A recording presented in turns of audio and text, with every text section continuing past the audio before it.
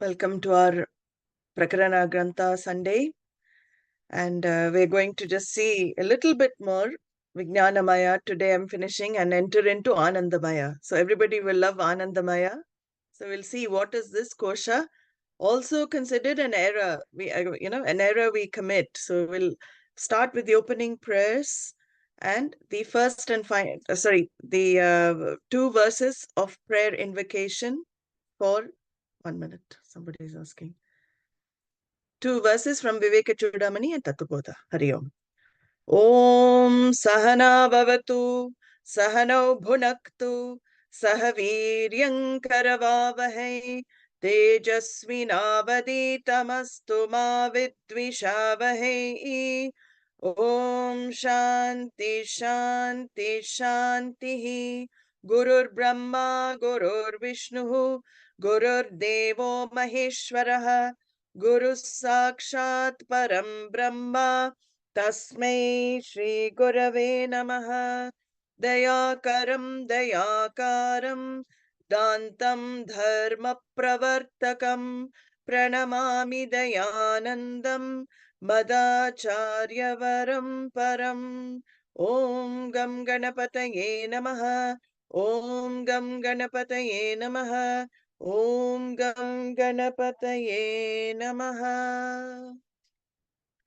Vasudevendra Yogindram Natva Jnanapradam Gurum Mumukshunam Hitarthaya Tattvabodho Bhidiyate Sarva Vedānta Siddhanta Gocharam Tamagocharam Govindam Paramanandam Satgurum Pranatosmyaham. So we are seeing the Vijñānamaya kosha, and I have sent the verse, the final verse that I'll be taking from Vivekacūḍāmaṇiḥ, which is the 188th verse. This is again Trishtup meter, different meter. So you can try and chant along with the Gita tune, okay? dehādiniṣṭhāśramadharmakarma guṇābhimānaḥ satataṃ mameti vijñānakośo'yamatiprakāśaḥ prakṛṣṭasānnidhyavaśātparātmanaḥ ato bhavatyesha upadirasya yadatmadi samsarati brahmena. This is an extra verse, is an extra line as well. So he is concluding now, next couple of verses in Vivekacūḍāmaṇiḥ, but I'm only taking this one because he actually finishes the topic with this particular verse. And Shankaracharya says, first in this verse, he says, identifying with these stages of life. So the stages of life are called ashrama in Sanskrit. Ashrama has different meanings. Ashrama, there's some, Rishikesh ashram, Sailasburg ashram, we have different ashrams, but ashrama also means stages of life. It's interesting, ashrama, stages of life, should not give you tiredness. Shrama means tiredness. Shrama means anxiety, restlessness. Ashrama actually is a place where you don't feel tiredness and restlessness and anxiety. Unfortunately, all the stages of life we go through, we have nothing but anxiety, stress, and strain. So this word, has to be understood clearly.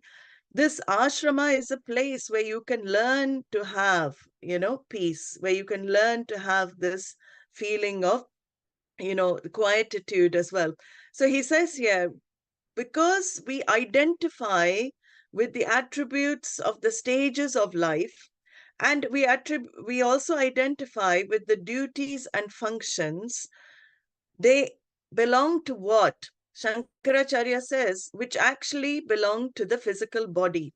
See, ashramas are brahmacharya, grihastha, vanaprastha, then sannyasa. These are the stages of life in Vedic culture, right? Vedic life, these are the stages. Now, what are the stages for? They are the stages for the physical body, mind, senses, right? Physical body mainly. Because from brahmacharya, when you're young, ashramas, the stages of life, taking into consideration age. So generally it is for age. But he says here, the jiva, the individual, considers the ashramas as their own, considers it as its own.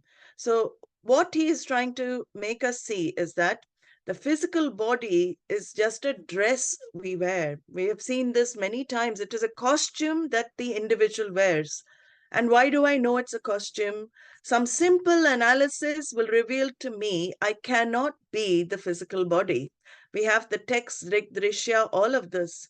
When something I can objectify, objectify means it is available for my sense perception. If I can objectify something, what does it mean? I cannot be that. I can objectify a tree, but am I the tree? I can objectify the monkey. Am I the monkey? No. Body as well is available for objectification. So the logic also extends there. I cannot be this physical body. It is a temporary abode given for the exhaustions of my results of karma. That is what this, body is given for the exhaustion of the results of karma. And when the time comes, Ishvara says, vacate. He is the one who pushes us out. What, who is going to go when? Nobody knows. But we have no control over when we're going to be shoved out of the physical body. And when the prarabdha comes to an end, the order that is Ishvara vacates us. So here he says, this dehādiniṣṭhā, all of these attributes belong to the body. All of the attributes, meaning the attributes of fatness, of thinness, anything you attribute beautiful, ugly, whatever you say, it belongs to the physical body. When I see my laptop, I say, oh, laptop is so old, because, everything is always subject to improvement. Now I'm looking at my laptop. Today I was thinking, laptop is so old. But I say laptop is so old. I don't say I am old. Do I say I am old because laptop is old? Am I old? No. But body is old, but I say what? I'm old. See the difference? Laptop also is a object of my knowledge. But with these things, I can see it's also inanimate. It doesn't have any power until I use it. Same with the physical body. Until I use the body, it doesn't have any power. So dehādiniṣṭhā, he says here, ashrama, this jiva identifies with all the stages of life. It identifies with brahmacharya ashrama. In those days, they had the four, very clearly delineated stages of life. So brahmachari was one who spent his time in study, him or her, the study time with sense withdrawal. Usually brahmacharya is translated as celibacy. It is not celibacy. Celibacy is only in one area of life. Brahmachari means, restricting the sense enjoyment, sense pleasure, so you can direct the energy towards study. You can direct the energy towards this pursuit. So brahmacharya is the first ashrama. Then grihastha is the next. Grihastha also the jiva identifies with the householder lifestyle. Vanaprastha, the renunciate, not the renunciate, semi-renunciate. Vanaprastha is mentally renouncing all the roles slowly. And finally, sannyasa, which is the renunciate, full renunciate. So he says that because of the body, I identify with all these roles, these stages of life. And not just the stages of life, dharma. So dharma means brahmana, kshatriya, all of these duties and functions interacting with society. So the ashramas are to do with your own growth. The dharma is to do with your interaction with society, which is also conducive for your own emotional maturity. So he says, guṇābhimānaḥ, you identify with this physical body, with the height, weight, color, the date of birth, date of expiry, all of this, and all the characteristics you take as yourself. So here he says, where does the identification happen? It is vijñānamaya kosha. Again, sense of agency, the sense of identification, the sense of experiencership comes because of wrong identification with the other koshas. He says here, shariram dharmam jiva asyasti. Asyasti. So here, asyasti means superimposes. The jiva, the individual, superimposes the properties of the body onto the self, and the self, it is reciprocal, reciprocal, like a hologram. It is, you can understand it like maybe a best example is like a tea bag. When you put a tea bag into water, what happens? Hot water, the flavor, the color, everything infused in the water, but the tea bag also gets water there. So it is exchanged attributes. So you transfer attributes like this, the sharira's attributes transferred on I, and then you take the I to be small as well. Like a hologram, when you see hologram superimposition in space, right? If you've ever witnessed these holograms, they appear as 3D images in the middle of space, physical space. And what does it do? When you witness this hologram, the hologram as though limits space. Can it really limit space? It cannot. It is as though limiting the space because it appears like a 3D actual object. So here he says, shariram dharmam jiva asyasti, mean you transfer all of these attributes onto the self, onto the I, where it does not belong. None of these belong to the I. And he says here, after dehādiniṣṭhā, he says that I am vijñānakośo'yamatiprakāśaḥ bhavati. So although vijñānamaya kosha as though limits the jiva, compared to the other kosha, it is much more subtle. So vijñānamaya, as we go through the panchakoshas, that the levels of subtlety increase. So vijñānamaya kosha is extremely subtle and it shines brightly. It shines brightly because consciousness is able to manifest through vijñānamaya kosha. So it is a highly sentient. When I'm highly sentient, what happens? I become highly self-conscious also. Vijñānamaya kosha is responsible for my self-consciousness. I know I exist, right? How do you know you exist? You know you exist because this Atma, the consciousness, shines through that I, Vijñānamaya kosha, and knowledge of your existence is self-shining, self-revealing.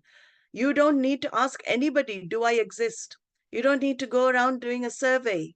Do I exist? Asking people. They will think you're mad. You yourself are the means of knowledge to know you exist. This is because consciousness manifests directly in that I thought. You become a self-conscious, self-judging human being. And it's more subtle. He says prakāśati, because the more subtle something is, the more consciousness can manifest through it. The more gross something is, consciousness cannot manifest fully through it. So when we talk about inanimate objects, the grossness is great. So consciousness cannot fully manifest through it. Consciousness in a rock, it is there.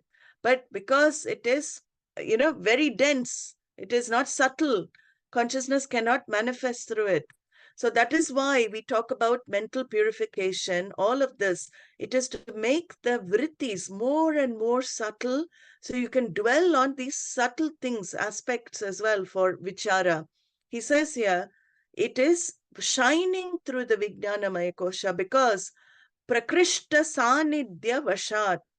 Prakṛṣṭasānnidhyavaśātparātmanaḥ. What does that mean? It means because of its extreme proximity to Atma, to consciousness. And we have to understand this proximity, because if Atma is all pervading, where is proximity? It is everywhere, all at once. Can space be closer to, suppose there are two spots in two pots in space. Can space be closer to one pot than the other?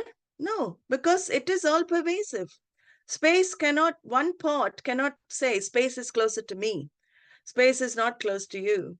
Like some devotees claim, right? Bhagavan is, when they're jealous of their other devotees, we find the Gopikas fighting. Bhagavan is closest to me, not to you. Bhagavan loves me more. Bhagavan loves me most. Because everybody wants to feel wanted, needed. And especially if Bhagavan loves you most, then you feel, great. But can Bhagavan, who is all-pervasive, love one thing more than another? No. It is your devotion that is reciprocated by the order that is Ishvara. In fact, you are the one invoking Ishvara. It is not Ishvara's, coming to you saying, I love you so much. You are the best, most important thing in my life. You are the greatest devotee I ever had. Although there are some verses like that in Gita, that is only for praise. In fact, it is you who is invoking Bhagwan's grace. And when you witness the grace in your life, what do you say? Oh, he loves me. He loves me. When something goes well, we say Ishvara loves me. Ishvara's grace is with me. Ishvara is with me. When things don't go so well, are we able to say he still loves me? That is real devotion. When things don't go well, then I should say, oh, he loves me. He's given me this. He loves me so much. The order has manifested this for my life. So here we're talking about, it is not a location here. There is no closeness. It is because knowledge takes place in the mind. Atma first shines through the mind, lights up the senses and the physical body. That there is a level of lighting up. So Atma first shines through the mind, lights up the rest of the physical senses and the body. So vijñānamaya kosha is the first level of borrowing consciousness. It borrows consciousness. Consciousness, the I thought becomes alive, then all other thoughts become alive. So both are superimposed. There is a mutual transference here. How do we understand? Like if you understand the electricity and you understand the light bulb, if you remove the current from the light bulb, nothing is illumined, right? But if you remove the light bulb, current can't illumine. Both are needed for illumination to take place. Remove I, consciousness cannot manifest. Remove consciousness, I cannot exist. So that is what we call mutual superimposition. And that is why Vijñānamaya is, again, Manomaya, Vijñānamaya, these are the most important koshas because it is not sentient by itself. In sleep, it resolves Vijñānamaya, and Atma is always there, even in sleep, lighting up all the thoughts, lighting up that I, making you sentient. So he says here, this Vijñānamaya kosha is a superimposition on the self, the Atma. And when you identify with it, you will have to undergo this transmigration of the jiva. We understand what is transmigration. Transmigration means your sukshma moves on to body after body after body after so many deaths, death after death. Why do we see birth? We say birth after birth, but actually it is better to say death after death because that's what it is. Death is, we don't care about birth because we don't, we're not even aware when we are born.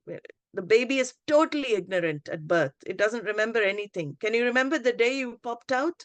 Very rarely. I think maybe, one in 1 billion may have some memories. And even that could be imagination. We don't know because we've seen a lot of birthing movies or something. But we don't remember how we felt. There was nothing active then. Sukshma is not fully active. Vijñānamaya kosha is not fully active as a baby. Slowly, as the development happens, what happens? Manomaya, Vijñānamaya all start coming up, and then baby gets ego. The baby becomes terrible too. Baby grows into adolescence. And that same baby that was so innocent when you held in your hands, what is it? With vijñānamaya and this manomaya, you have a lot to deal with in life. So this is how the individual actually develops in life. So he says here, if you identify with the vijñānamaya, you will have to go from death to death to death. You have to be recycled. So understand it is an error you commit. Vijñānamaya kosha, it is the karta and bhokta, the doership again and the experiencership, all vijñānamaya kosha errors. So now I'm going to go to ānandamaya kosha. Ānandamaya kosha is the most subtle. It is the fifth kosha of the pancha koshas. Fifth kosha means the fifth level of error, and this is the biggest mistake we make in life. So you'll see, even the mistakes become even bigger. What is the biggest mistake that we make in life? Taking ananda that we experience, that joy or that happiness, the sukha that we experience, to be the absolute reality. And this is where our suffering, actually understanding these final three koshas, we can reduce a lot of mental suffering. So in Tattvabodha, the question he asks is, ānandamayaḥ kaha, evameva kāraṇaśarīrabhūtāvidyāsthamalinasattvaṁ, priyādivṛttisahitaṁ, satataṃ kośaḥ, etatkośapañcakam. So I'll explain that with the help of this Vivekacūḍāmaṇiḥ, where Adi Shankaracharya elaborates much more. So in 207, he talks about the ānandamaya. This is very difficult to chant, so I'm not, very long compound, so I'm not going to chant it. I'll explain it, okay? So when do we enter ānandamaya kosha? We don't enter only, people think it is only in sleep. It is not only in sleep. ānandamaya kosha is very active also in waking state. In fact, all the koshas are active in waking state, otherwise you would not function. So in waking state, just as we saw in the Sharira Traya before, all the three Shariras active, all the Pancha Koshas are also active in waking state. So when do I enter ānandamaya in waking state? You have experience of ānandamaya when the I is resolved for a moment. It is resolved for the time being. When your I thought is resolved for the time being, what happens? Absence of samsara, absence of wanting change, absence of wanting to become something different. In that moment, when you don't want to be different from what you are, in that moment, when that smallness of the I doesn't exist for you, and it happens when you laugh at a joke. When you laugh at a joke, all your problems are also, where are they? They're still there, but you forget them. Or when you look at such a beautiful natural scene, all your problems are still there, but you're so immersed in the sunset. What happens? You are not there.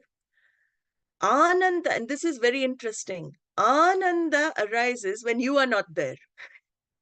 When I is resolved, Ananda arises. That's what we love. We love that Ananda because the I, which is small, limited, that self is not present when Anandamaya Kosha is active. So Anandamaya Kosha, in fact, swallows Vijñānamaya Kosha. There is no change in that moment you want. There is no seeker and sought. The seeker and sought have fused, they have become one. So there is nothing you crave for, yearn for. Desire is also resolved. When I resolves, desire also gone. You are simply yourself in that moment. So Anandamaya Kosha that we are discussing here is a state of mind where Atma fully reflects. Atma can fully manifest in a mind where the I is resolved. So when when there is no duality, That is, Ananda. When you have the experience of non-duality, you're in Anandamaya Kosha. And these moments in our waking state, we have this experience. Of course, in deep sleep, we have fully the experience of non-duality. We're not aware of it. In waking state, I become aware of the feeling. I love that feeling of joy. I love that feeling of happiness. That is why I want to keep entering Anandamaya Kosha all the time. But let us understand what Anandamaya Kosha, why it is called an error. Because Ananda is the Swarupa of Atma. So Ananda, sometimes translated as bliss. We don't translate as bliss because what do you know by bliss? You can understand it as limitless happiness. Happiness we can understand, limitless. If you multiply your happiness 24/7, that is the Ananda of your true nature. But when we're talking about kosha, it means this Ananda is subject to modification. It is not your true self, the Ananda of the true self. It is a reflection of the Ananda of the true self. That is why it's called Anandamaya. Maya adds that modifying aspect to the Ananda. Modification is the key word here. So if your Ananda modifies, and why does it modify? It modifies due to circumstances. It modifies due to people. Things externally may not invoke Ananda in you. Things, in your own mind may not invoke Ananda in you. So Ananda modified is a reflection of the true Ananda that I am. But modified Ananda, I become attached to. I become attached to this Anandamaya Kosha. So when I'm attached to the Anandamaya Kosha, what happens? I will spend my whole life doing activities, manipulating the world, manipulating my mind to keep getting into Anandamaya Kosha. That's what we do. Whole life is manipulation of world, manipulation of others, manipulation of my own mind. Because even in meditation practices, all of that, what I'm looking for is Ananda. So here he gives, it's like a warning. He says, Ananda of Atma is, don't get confused. Anandamaya Kosha is not the Ananda of your true self. Ananda of Atma will never change. It is changeless Ananda. It is timeless Ananda. It is never diminishing Ananda. Anandamaya Kosha Ananda is diminishing. It goes, it comes, it goes, it comes. More sattvic the mind becomes, the more Ananda one experiences. So a sattva predominant mind will reflect more consciousness, will have more Ananda. That is why we always say in spiritual pursuit, work towards sattvic mind. Because when you have relative Ananda, absolute Ananda discovery is very close by. But relatively, we haven't discovered Ananda, right? Relatively, there are so many things we have to work on. So here he says, priyādivṛttisahitaṁ tat ānandamayaḥ kośaḥ. In the waking state, he says here, it is a priyādivṛtti, it is a fluctuation of thought. The Anandamaya Kosha is nothing but fluctuation of thought. In the waking state, we have two things. We have ignorance of our true self, and you also have wrong projection. When you're ignorant of your true self, you project yourself wrongly. You take yourself to be the roles, father, mother, husband, sister, whatever roles. Because of self-ignorance, you take yourself to be different. So he says here, tamo jumbrita. Tamo jumbrita means tamas is dominant here. This pleasure that you experience, this ananda, is born of tamas. It is generated by ignorance. Because you're ignorantly going after things in the external world to give you that ananda. When you know you are that ananda, you don't need to go after anything. This is the whole idea. Erroneously, we project happiness onto an object or a person or situations.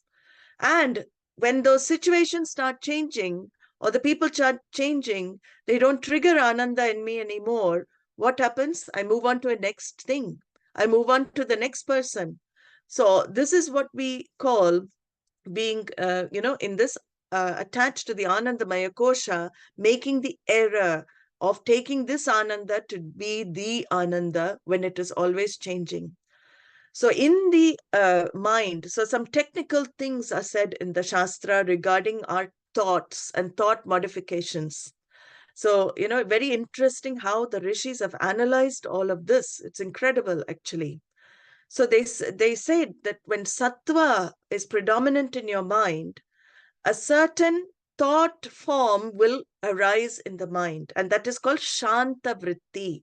It is a thought of peace. It is a thought of, this is shanta vritti, is what I'm talking about. The resolved I, the resolved mind, without disturbances, without projection, is this shanta vritti. So emotions such as compassion, love, knowledge, understanding, purity, all of this is the shanta vritti.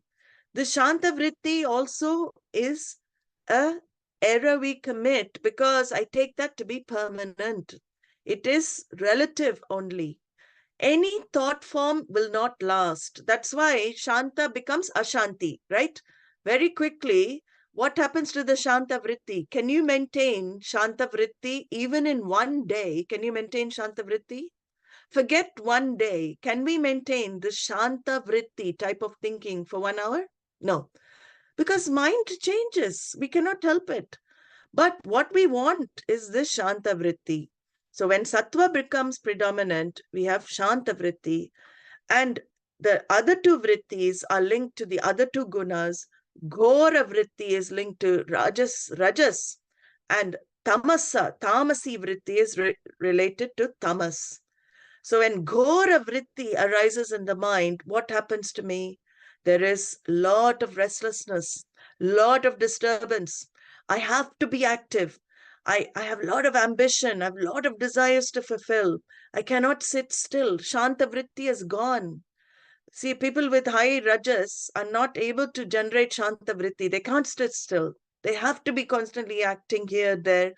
1 minute, if you ask them to sit, even just sit, meditate, even not even 1 minute, even 30 seconds. No, immediately some other thought will come. That type of thinking. So ghora, that is called ghora vritti in the Shastra.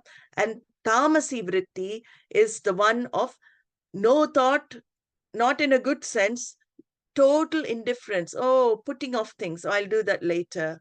Looking at, as I always say, looking at the sink in this country, oh, some washing there. I'll do it tomorrow. I'll do it. Then it's sitting there for another day.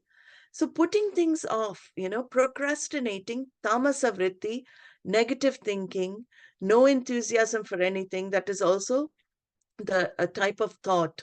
So every human, these are all technical thought forms that we're given, and every human being has a moderation of these three thought forms: sattva, rajas, and tamas. Now, when everything becomes sattva, the thought form, then you get this ananda. You get the ananda when sattva predominant and tamas and ghora are subdued. This is where Anandamaya kosha comes. And here he said, Syad ānandamayaḥ priyādivṛttisahitaṁ. So you've got you've done all the work to get sattva guna predominant. Now, even with the sattva guna, he says, with that, there is a modification of ananda. There are levels of ananda you experience. So within the ananda, there are 3 levels that the Shastra talks about. One is called priya. So priya is dear, right? Priya, we call girls also priya, dear. Priya vritti here he is talking about. When you see something you love, when you perceive something you really want, you like, this is one type of ananda modification. It is the basic entry into Anandamaya kosha. Whether the very sight of something you love You see that ice cream, the new flavor sitting there on the table. The very sight of it there generates ananda in you. So ananda is triggered. The second modification of ananda, which is more happiness level, is when you gain the thing, you get that ice cream in your hand, you have it in your hand. You buy that ice cream, you have it in your hand. That is called moda vritti. Moda is one higher level of thought modification, one higher level of ananda. It is called grahana sukham in Sanskrit. So first is darshana sukham. You have happiness when you see the object or person or thing. Second is grahana sukham. You got it in your hand, even more ananda. So now ananda kosha is really becoming active. Second level of ananda. Then finally, anubhava sukham. What is the greatest ananda we can experience in this material world? Experience of the object we love. The very experience of the object or person or situation that we love, what happens? That is called anubhava sukham. We love that. That is where non-duality truly happens. The other two modifications of ananda are still in the dual mode, right? You see the object, it is separate from you. You gain the object, it is still separate from you. But the third one, when you experience the object and you are fused, right? You become one. In that fusion, there is non-duality. In that fusion, there is no seeker, there is no sought. And that is called ananda. That is ananda that is made by the vritti. So that is vritti ananda. And here is where we make the error, because we attribute where is the ananda coming from? Is it actually, does that object really transfer the ananda to you? We have to think of this. The object doesn't do anything. See, the object is outside in the external world. Your very seeing it creates ananda. So ananda is here, born here. And you're gaining it. Still, object is outside you. But why do you feel so ananda? It is still there in your mind. Your mind likes the object, so you trigger ananda in yourself. And then when you consume or you experience the object, where is ananda felt? It is in you. All the ananda you experience is in you at all. Nothing comes from external, actually. We think it comes from external, and that is the mistake we make. Because I think, especially, you can take relationships. In the beginning, there's so much ananda in that falling in love period. So much ananda that person gives, right? The same person, the person is the same.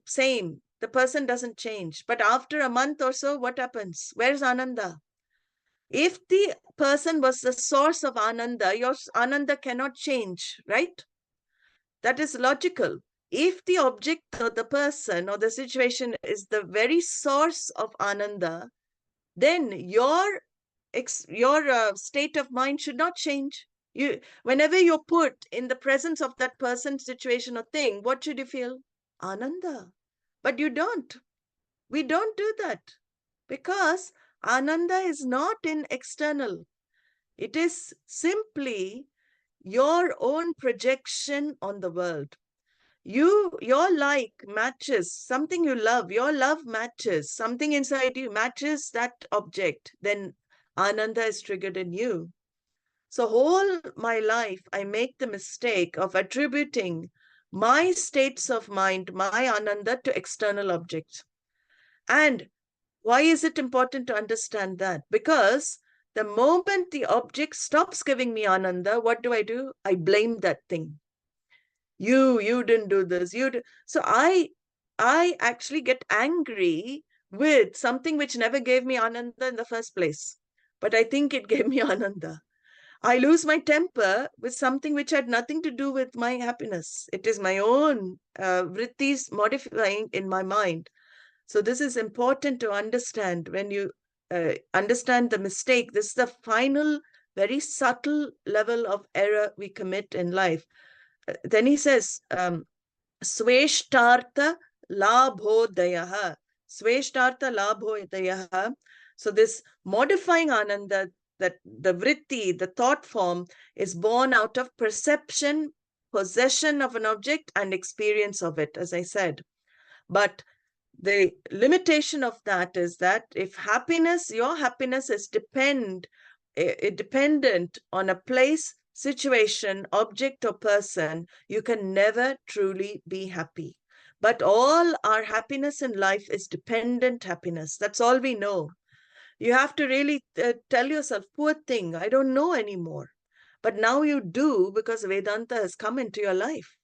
With the Vedanta understanding, you can see that these are just thought modifications. Don't get carried away with it. It is only your thoughts modifying. Nothing can give you what you really want, because you are already that. You are already what you want, what you seek to be. So Anandamaya Kosha, he goes on to say, Punyasyanu bhave vibhati. Punyasyanu bhave vibhati, which means what? Which means if you look at yourself and look at others, why do some people have more happiness than other people? Some people may have very, very, they're very positive. They have happy lives. Whatever happens, they're always happy. There are few people like that I have met, not many, but there are few people. And if you compare yourself to other people, why are you happier than some others? Why are there varying levels in different people as well of Anandamaya Kosha? Because he says it is dependent on your punya. Every experience of Anandamaya Kosha you have is exhausting your punya account. So the more punya you have, the more ananda you can experience. That's why, people like to be rich. Wealth, you can see now why comfort, wealth, richness is equated to ananda, but it's the wrong ananda. That's why, having the comfort, wealth, and everything can, be conducive sometimes to make you enter Anandamaya Kosha and experience that joy. But there are many people who have high comforts who don't have the punya for Anandamaya Kosha. They are not happy with whatever they have. How do you explain it? Then again, you see, happiness is not dependent on externals. There is something else at play here. That is the key to understand that your ananda vritti is because of punya phalam alone. If you can have everything in the world, everything, all the success, the world terms as success, you can have all of that, but you may not have ananda. Then what's the point? You can't enjoy anything because you don't have the vritti modification to enjoy. So here he says, kāraṇaśarīrabhūtāvidyāsthamalinasattvaṁ. We're going to see this, deeper in the next, because in the next session, I'm going to finish with one Anandamaya kosha. So we can, again, complete all the koshas.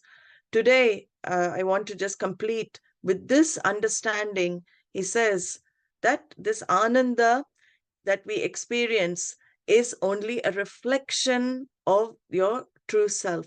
And if it is based on punya, what do we know about punya? Punya is temporary. Punya is not permanent. That is why we come out of ananda just as easily as we went in. We go into ananda, then we come out of ananda. We go into ananda, we come out of ananda. Whole of life is coming in and out of this sharira, this kosha, right? Anandamaya kosha. So we understand that the nature of the self is already sweetness. Sugar cannot keep praying to become sweet. Sugar is already sweet. But here we find we are begging for happiness, we're begging for love, acceptance, all of this in external situations and all externals when it is already with us. And we cannot keep changing, living life, changing everything, trying to change people, trying to change everything for that happiness to arise. We have to understand that it is a modification of your very thought that creates it. Next time you have an experience of ananda, be aware of it. Watch it. Don't get trapped by it. It is a trap. That is why we say don't get trapped in sukha. Because when Anandamaya is active, there will also be dukkha. So sukha means dukkha. Pleasure will always mean pain. Atma, consciousness, is transcending pleasure and pain. It is beyond pleasure and pain. It is a witness of the state of Ananda. It is the witness of the state of dukkha also. So these vritti visheshas, they're called the modification of vrittis. You try and achieve that through your activities in life. That is what people do. When you carry out action to fulfill your desires, what are you really trying to do now? You can understand. You are trying to please the bhokta, the experiencer, by helping the I enter Anandamaya kosha. That is all you're doing. So as I always said, there is, if you come to the Bhagavad Gita class, you'll remember from there is two people in us. There is the doer that does, and the doer doesn't do for anybody else. The doer does everything for the bhokta, and it does everything to please the bhokta. The doer does not do anything to displease the bhokta. Nothing, no activity will be taken to displease yourself. So what you really love, and finally the scriptures, the Upanishads themselves point out, what you really love is parama premaspadam, is your very own self. All that we want in life is the self that we are. So all love actually is not for anything external. You love that pleased self every time it comes. You love Anandamaya kosha, and that is why you go after that experience of Anandamaya again and again. And somehow the wrong superimposition, as Adi Shankaracharya points out, you take that Ananda to come from everyone outside, everything outside. And it is, in fact, it is your own self that you actually love. And the whole idea of understanding this is to recognize you don't need to do anything for the pleased self to come up. You just need to be. When you are, being versus doing, we always have that. You are a human being, not a human doing. Even human being, not a human doing. So doing for being is what we want. We say in Vedanta, you learn to be just who you are. Ananda will be there when you learn to just be who you are, that simple, conscious, basic person, that simple being without any complexes, without any hang-ups, just yourself. And when you understand just yourself is enough to make you happy, there won't be any need for any validation from the world. You don't need other people to say you're okay. When you say you're okay and you assimilate you are okay, you don't look for any external source to tell you you're okay. So next week, I will complete this, because the next line of this particular verse and the Tattvabodha talks about Ananda in the deep sleep. So I'll finish with the Ananda and the deep sleep. So I'm leaving it here because now another topic begins, and I think this is very important for you to contemplate on. And keep watching when Anandamaya kosha comes. Observe it. What has triggered it? Is that object really giving me that joy? No. It is as though it is as though triggering that Ananda reflection already in me, but that object can't continue to keep doing the same thing again and again. You try it. Put one object in your life that you love. Keep it in front of you. Can you do it? 24. Even if you try it for today, that's a good exercise. Keep it in front of you for the rest of day. See the modifications of your vrittis. Will it be Ananda, Ananda, Ananda? No. I'm sure it won't be. So your Ananda is not, you can see by the simple analysis, Ananda is independent of externals. Now you have to learn to invoke the Ananda without any object. That is the key. And that can happen. So Hari Om. We'll meet next Sunday, and discuss a little bit more about this kosha. Hari Om.